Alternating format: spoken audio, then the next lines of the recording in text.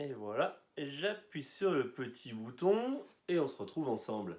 La magie d'Internet, la magie du numérique. Salut les glissous, Sébastien Labbé. Vous êtes bien sur la TV et on vient de se connecter ensemble. J'ai appuyé sur un bouton, vous avez appuyé sur un bouton et on se retrouve tous ensemble à discuter kitesurf pour un dimanche soir. Let's go, c'est parti!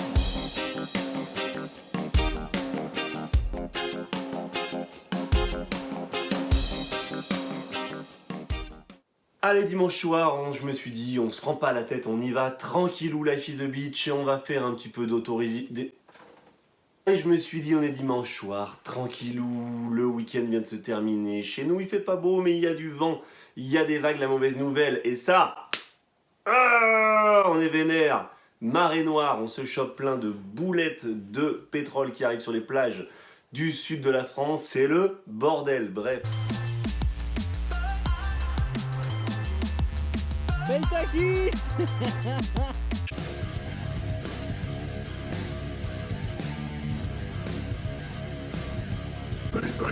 On va parler plus en légèreté d'un pay-to-quiche. Il s'agit d'un pay-to-quiche sur le blind, ride et blind. Alors je vous rappelle, quand vous êtes en train de naviguer, si vous sautez et que vous tournez vers l'intérieur, vers l'épaule avant, vous passez en toe side. Si vous tournez vers l'extérieur et que vous passez sur l'épaule avant qui devient épaule arrière, là vous passez en blind.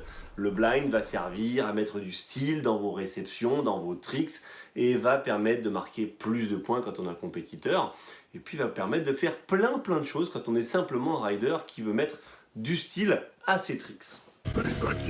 Alors là, bien entendu, donc on est sur le spot de Port-la-Nouvelle, flat, vent offshore, je suis avec une Bandit 2019 en 7 mètres, cette vidéo a été tournée dans la même journée que tous les tutoriels que vous avez pu trouver précédemment tournés à la vieille nouvelle, et donc je suis sur une vitesse, je suis sur un bord de travers, légère remontée au près, et je vais donc essayer de passer en blind. Pour ça, il va falloir que j'allège mes appuis, que je fasse un petit pop, que je rentre donc mon épaule avant, que je la rentre vers l'intérieur pour tourner sur moi-même et me retrouver donc en blind.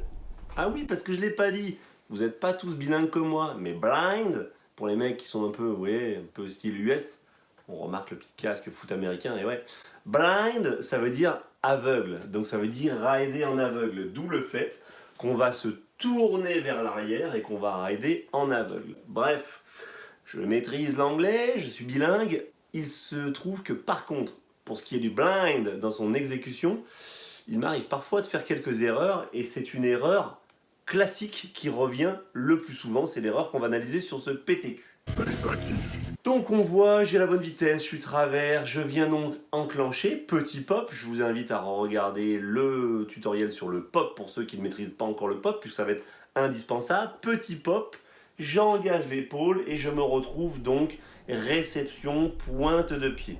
Là dans la vidéo, l'idée c'était que je voulais vous faire un 360 flat depuis la position blind, c'est-à-dire que je retombe, je pousse la barre devant moi et ça me permet de faire le tour complet et de repartir dans mon sens de déplacement. Sauf que là, qu'est-ce qui se passe?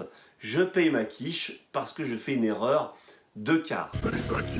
Je suis là, j'ai enclenché mon pop, je retombe et là, pour pouvoir être sûr de résister, vous avez vu que j'avais lâché ma main arrière dès le départ, dès que je préparais, j'avais lâché ma main arrière. Et donc là, quand on est en blind, on se retrouve avec une traction de l'aile qui va là-bas, mais la barre qui est ici. Donc il faut avoir bien rapproché sa main avant, on le voyait tout à l'heure, il faut bien rapprocher sa main avant du centre de la barre. Et on se retrouve donc avec une traction qui est dans l'autre sens. Donc il va falloir appuyer sur les deux pieds et en particulier avoir un peu plus d'appui sur l'ancien pied arrière, donc le nouveau pied avant. Pourquoi ? Pour que la planche reprenne bien l'axe de navigation de la direction dans laquelle tire le kite et qu'il n'y ait pas au contraire plus d'appui sur mon ancienne jambe avant, qui est donc ma jambe arrière, et que donc le kite, la board sorte de l'axe de navigation. Eh bien c'est exactement ce que je vais faire. En fait, à ce moment-là, au moment où je passe en blind, je suis donc sur les deux pointes de pied, et si la bonne technique est d'appuyer plus fort sur le nouveau pied avant, l'ancien pied arrière, eh bien moi je vais avoir une pression qui va rester un peu plus marquée sur le pied arrière. Pourquoi? Parce que je suis en train de me concentrer sur l'idée que je vais vous amener la barre devant pour pouvoir faire le 360. Du coup je reste concentré là-dessus. J'ai l'épaule un petit peu ouverte au lieu de ramener ici, et le simple fait de ramener mon épaule m'aurait permis de basculer sur le pied avant, mais je reste épaule trop ouverte, donc du coup qu'est-ce qui se passe? Au niveau de la prise de quart, je suis bien sur le rail toe side, du côté des orteils, toe side pour les English, mais vu que j'ai mon épaule qui ouvre ici, j'ai un appui qui reste plus important sur la jambe arrière. Du coup, le rail arrière mord, et la planche, au lieu de prendre l'axe de navigation, se retrouve en opposition. Et qui dit opposition, dit changement rail to rail, c'est-à-dire passage du toe side au backside, le backside mord dans l'eau, bim. Et derrière, on est comme une crêpe. Donc attention parce que cette gamelle, elle peut faire bien mal. Là, ça va, je suis tranquille, j'ai pas trop de vitesse, je suis sous-toilé. Mais attention à cette erreur du back-to-back, du car-to-car, du rail-to-rail qui peut faire très très mal parce que ça peut venir taper et faire le coup du lapin en arrière si vous faites surprendre. Voilà, donc eh bien écoutez, qu'il s'agisse de toe side ou qu'il s'agisse de blind, quand vous faites votre passage sur le toe side, pensez à maintenir un peu plus de pression sur la jambe avant, votre nouvelle jambe avant, pour que votre planche reste dans l'axe de navigation.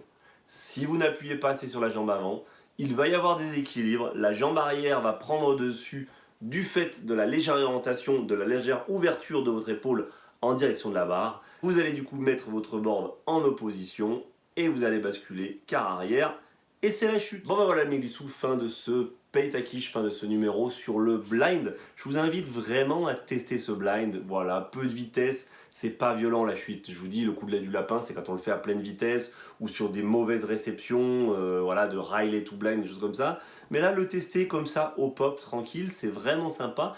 Et vous allez voir que ça apporte pas mal de dimensions aux tricks que vous faites déjà parce que vous allez pouvoir poser tous vos tricks en blind. Donc du coup, avoir une nouvelle variante pour chacun de vos tricks.